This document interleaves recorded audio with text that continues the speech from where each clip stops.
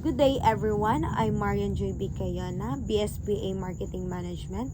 Today, I'm going to share my reflection about market segmentation, targeting, and positioning. So, I realized that a successful marketing is not just about selling a product.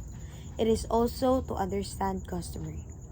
Every customer has different needs, perspectives, and behaviors.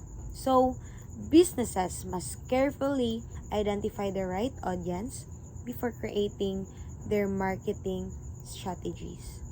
And I also learned that effective market segmentation helps companies divide a large market into smaller groups that share similarities.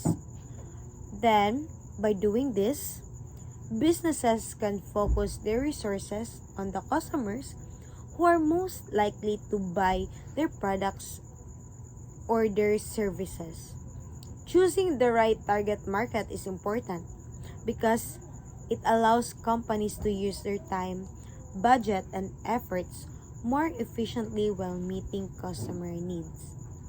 Another lesson I've learned is the importance of marketing positioning.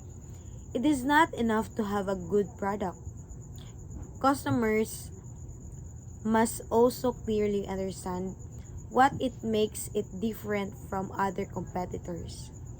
I found it interesting because it has poor positioning, such as being unclear or making unbelievable claims that can affect how customers perceive a brand.